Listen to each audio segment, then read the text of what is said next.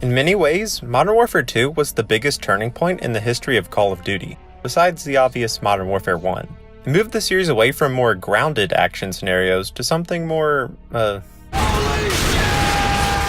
It made the multiplayer more customizable and arcade-like, and it made Call of Duty a household name. It was billed as the game of the decade. Number one, it's an incredibly popular game. There is something to talk about with this video game. The official midnight release of Call of Duty Warfare 2. This was the first time Call of Duty became a bigger deal than Halo. In 2009, Modern Warfare 2 sold more than double the next biggest multi-platform game, so excluding Nintendo, which was FIFA 10. Modern Warfare 2 gained the record for the most successful entertainment launch of all time, which it has since lost. But that doesn't change the fact that this was one of the most important video games of the 21st century. It helped bring games into the mainstream and catapulted Call of Duty to the top, where it has stayed all the way to the present. But is the game really that good? Does it deserve all the rave reviews it got and the huge sales numbers? This was the first M-rated video game I ever played, the first online multiplayer game I played, and my favorite video game for quite a while, so I'm going to have to try and look back at it as objectively as possible. Here's a nostalgia-free review of Modern Warfare 2. Single player. Spoiler warning. Modern Warfare 2 was one of the last Call of Duty games where people actually cared about the story. With the last 5 or so titles, the community really just focuses on multiplayer, since the campaigns have grown stale, cliché, and pretty boring. I will say that I hear Black Ops 3 and Infinite Warfare's campaigns aren't that bad though. But back in 2009, way more people were interested in what the single player had to offer, because we actually cared about the characters, and the crazy action set pieces were still fresh and interesting. First, the characters. Modern Warfare 2 has perhaps the most characters I can remember from a Call of Duty campaign. You have Captain Price, Soap, Ghost, Commander Shepard, and Makarov.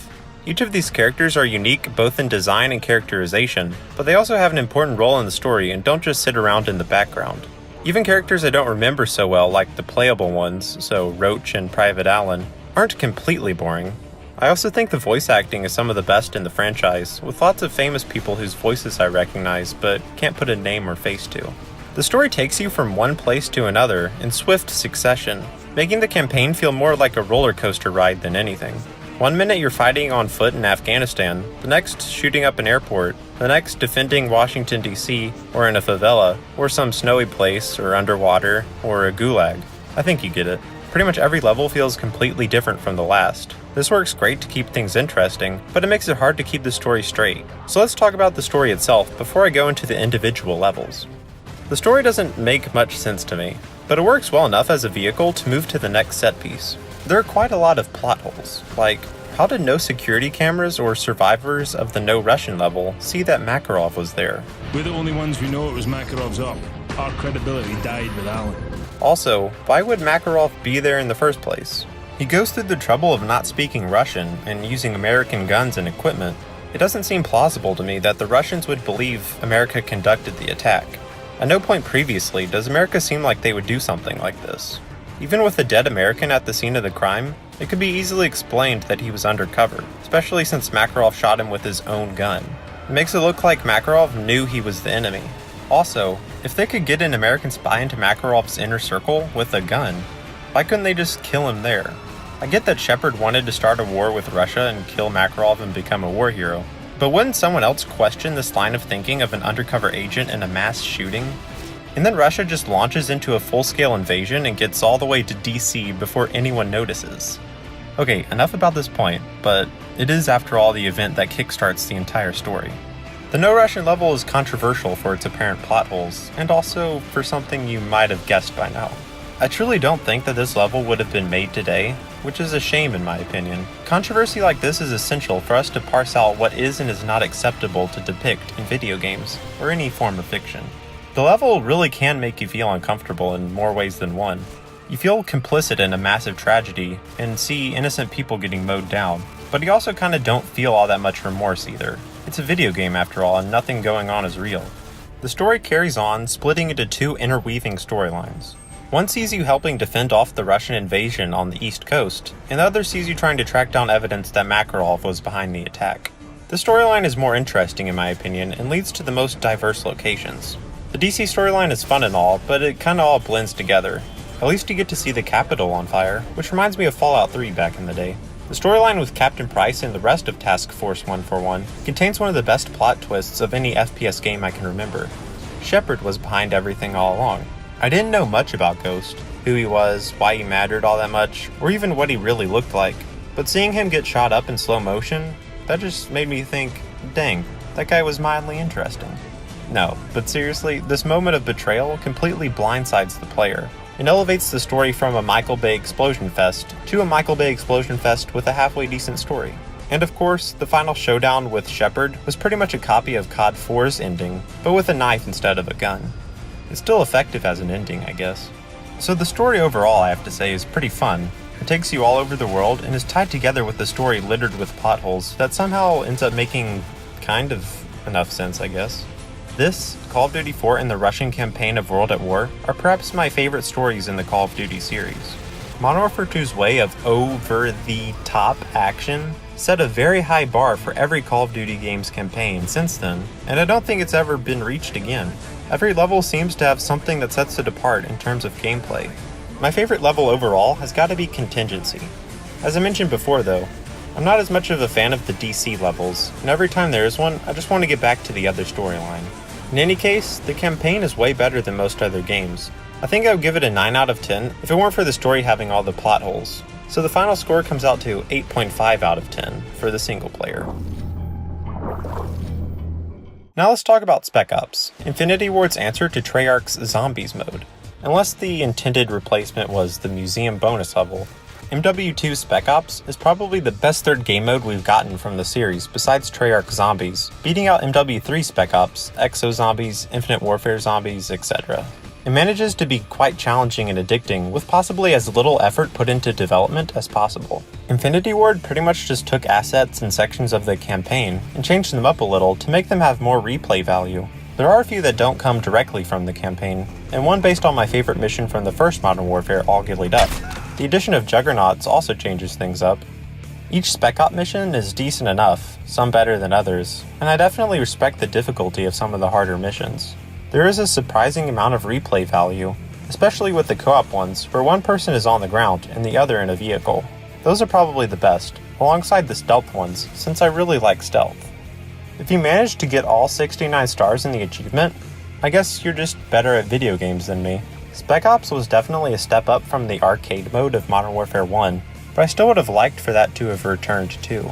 But without the co-op campaign or zombies, which I do think is better than Spec Ops, of Call of Duty World at War, it seemed like Modern Warfare 2 took a bigger step back than it needed to. So to wrap it up, I give Spec Ops mode a 7 out of 10. It's fun for a while and way more replayable than it has any right to be, but it feels just a little bit too lazy. And now on to multiplayer, the thing a lot of players care solely about. First of all, I have to say that as of making this video, multiplayer is completely dead on the 360. No one seems to be playing at all, at any time of the day or week. That's really a bummer because it's really the heart and soul of the game. But as you probably may have noticed, Modern Warfare 3's multiplayer is still alive, though barely. And since the two are pretty similar, I decided to show gameplay of that in the background, instead of not having any multiplayer gameplay at all. Since there's so much to talk about in this section, I'm going to break it down into subsections. The maps range in quality from fine to amazing. There really aren't any terrible maps. There's tons of variety in the map's location, terrain, and as I mentioned in my Call of Duty map size comparison video, the game has some of the most varied sizes in its maps as well. What really works well for these maps was that each one offered players multiple workable playstyles. If you wanted to run close quarters combat shotgun on the largest maps, you could, since there were still sections that catered to that. Of course, sniping was also very powerful. Even on small maps where SMGs were the most powerful, sniping could still be an option. More than most any other Call of Duty, I feel like each map has a purpose and contributes something unique to the overall roster. So what about the guns and balancing aspect? In this game, people like to say that everything is overpowered, and that's largely true. Pretty much everything kills you extremely quickly. There are probably two drastic examples I can think of for this. One is the TAR-21, with a higher than average fire rate of 759 rounds per minute. It can kill in 2 body shots up close, or 3 at long range if you have stopping power, which of course you should. Doing the math, this puts the TAR-21's damage per second at 162 higher than the Black Ops 1 FAMAS, which is still considered quite overpowered. The TAR-21, by the way, wasn't really even considered overpowered. The other completely crazy OP gun I can think of was the UMP-45, which was a 3-shot kill at any range, and without stopping power. Stopping power even made it a 2-shot kill at close range. This is an SMG we're talking about, not an LMG. Speaking of LMGs, they were perhaps the least popular class because they reduced your mobility, and the fact that assault rifles and SMGs like the UMP were just as good or even better at their jobs. Snipers were fantastic in the game, especially the Intervention and Barrett 50 cal. This is the game where the 360 quickscoping scene really took off. Secondary weapons were insane in this game. You could have a SPAS 12 alongside a primary, and the SPAS was objectively more powerful than pretty much any other shotgun from future Call of Duty games. But with the LMG example, I wouldn't say everything is overpowered in this game, especially when you look at the perks. Stopping power almost completely dwarfs out the other tier 2 perks, even though they are strong too. Stopping power just seems too necessary because it can save you in every gunfight. I'm glad it hasn't seen a return to Call of Duty, since it pretty much ruins the perk diversity. A few perks also come across as useless, like Scrambler and Last Stand, though they are annoying to fight against sometimes. Scrambler can sometimes even have the opposite effect of its intended purpose, because it alerts the enemies that you were nearby. A few perks also just seem really exploitable, like Commando, where you can build an entire class around it. And I guess Sleight of Hand Pro for its quickscoping capabilities. And of course, one-man army noob tubing, the absolute most annoying thing about this entire game. It's even worse if you use Danger Close, which lets you take even more advantage out of the already super overpowered grenade launchers, which are nicknamed Noob Tubes for obvious reasons. One-Man Army lets you swap back and forth to classes with a Noob Tube, which refills your ammo. It was probably the one thing that ruined multiplayer the most. Not even stuff like Death Streaks, which were rewards for people dying a lot in a row, came close to being as bad. I actually liked the idea of Copycat, where you could copy the loadout of the person who killed you. I think that should just return to the series as a mechanic of the game. If you die 3 times in a row, you should get the option to use the class of the person that killed you. Equipment and grenades need mentioning. It really sucked that Blast Shield, the only way to directly counter the OP noob tubing, was a piece of equipment that obstructed your vision and completely removed the minimap, making it pretty awful. A Flak Jacket perk would have been much appreciated instead. Other than that, grenade spam wasn't as bad as in the first Modern Warfare, and I liked the addition of the choice between Semtex and standard grenades. Throwing knives were fine too, but way too many people wasted everyone's time trying to get across the map kills with them. The kill streaks were the most powerful they had been up to that time, and arguably they're still the most powerful. They ditched the 3 set ones for 3 customizable ones, ranging from the 3 kill streak UAV to the 25 kill tactical nuke. My biggest problem with the kill streaks was that they stacked, meaning that kills with one would help you get to the next one. I think the way Modern Warfare 3 did the nuke was much better, since the kill streak kills didn't count towards it, and it didn't immediately end the match. In terms of fun factor for the kill streaks, Modern Warfare 2 is probably the best for calling them in and using them, but one of the worst for being on the receiving ends because they were really that powerful. Even still, I prefer powerful kill streaks compared to the lame ones of the more recent games. The game modes offered in multiplayer were pretty standard, though there were some pretty weird ones too. The goofiest one has got to be third-person team tactical, since the third-person camera just doesn't work very well. Demolition was the biggest new game mode, and it was quite fun and intense, but ran into the problem of spawn trapping. All the other modes people come to expect were in the game as well, but they didn't bring back War from World at War, which was a little disappointing. Overall, I give multiplayer a 7.5 out of 10, since noob tubes almost completely ruined the experience. If they weren't in the game, I'd give it a 9 out of 10. They really are that bad. Graphics, sound design, and music are also important. I like the color palette of the game, since it's not as muted as other Call of Duty games. It can actually look vibrant at times. For 2009, the graphics were fantastic. The textures were pretty good too, not great. The sound design wasn't as good as Battlefield, and that trend has really never changed, but it still was good. You can recognize each gun from just the firing sound, since they're so unique. All the voice work and callouts are fantastic, and the sound effects for explosions, nuke countdown, pretty much everything is iconic.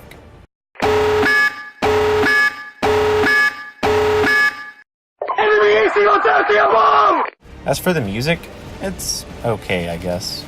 No, actually, it's probably the best of any Call of Duty game. Lorne Balfe and Hans Zimmer did a great job bringing the emotion and suspense. Some of the best tracks of the soundtrack, in my opinion, are Infiltration, Contingency, and Coup de Grace.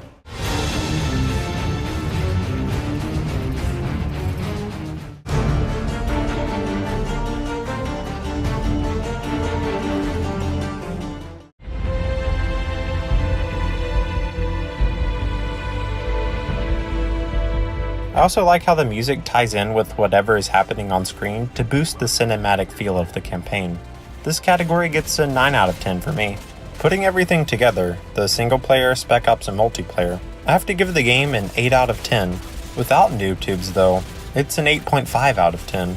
So, does the game deserve all the rave reviews?